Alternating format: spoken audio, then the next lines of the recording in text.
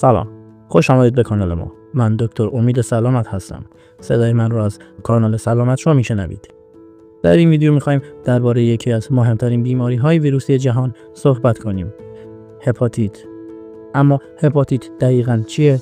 چه انواعی داره و چطور منتقل میشه؟ همراه ما باشید تا همه چیزو خیلی ساده و مفید براتون توضیح بدم. هپاتیت چیست؟ هپاتیت یعنی التهاب یا ورم کبد. این بیماری میتونه دلایل مختلفی داشته باشه، مثل مصرف الکل، داروها، بیماری‌های خودایمنی یا ویروس‌ها. اما رایج‌ترین نوعش هپاتیت ویروسی هست که توسط ویروس‌ها ایجاد میشه. انواع هپاتیت ویروسی. ما 5 نوع اصلی از هپاتیت ویروسی داریم که با حروف A تا E شناخته میشن. شماره 1. هپاتیت A. این نوع از طریق غذا یا آب آلوده منتقل میشه. بیشتر در مناطق با بهداشت ضعیف دیده میشه.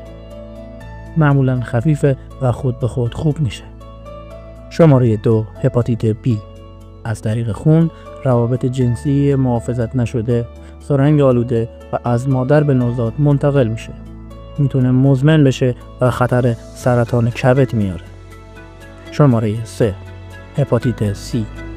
بیشتر از طریق خون آلوده منتقل میشه، مثلا از طریق راه تزریق با سرنگ مشترک. اغلب بدون علامت و سالها بعد ممکنه باعث نارسایی یا سرطان کبد بشه. شماره 4. هپاتیت D.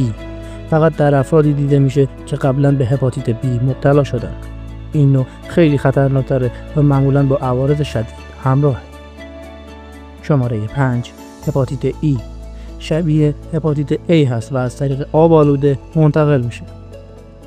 بیشتر در کشورهای در حال توسعه دیده میشه و در بارداری میتونه واقعا خطرناک باشه. هپاتیت A و E از راه دهانی مدفوعی، یعنی از طریق آب یا غذای آلوده منتقل میشن.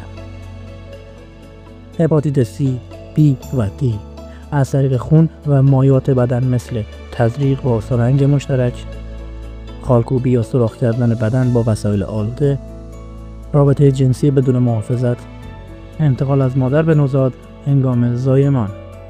اما پیشگیری از هپاتیت. واکسیناسیون برای هپاتیت A و B وجود داره.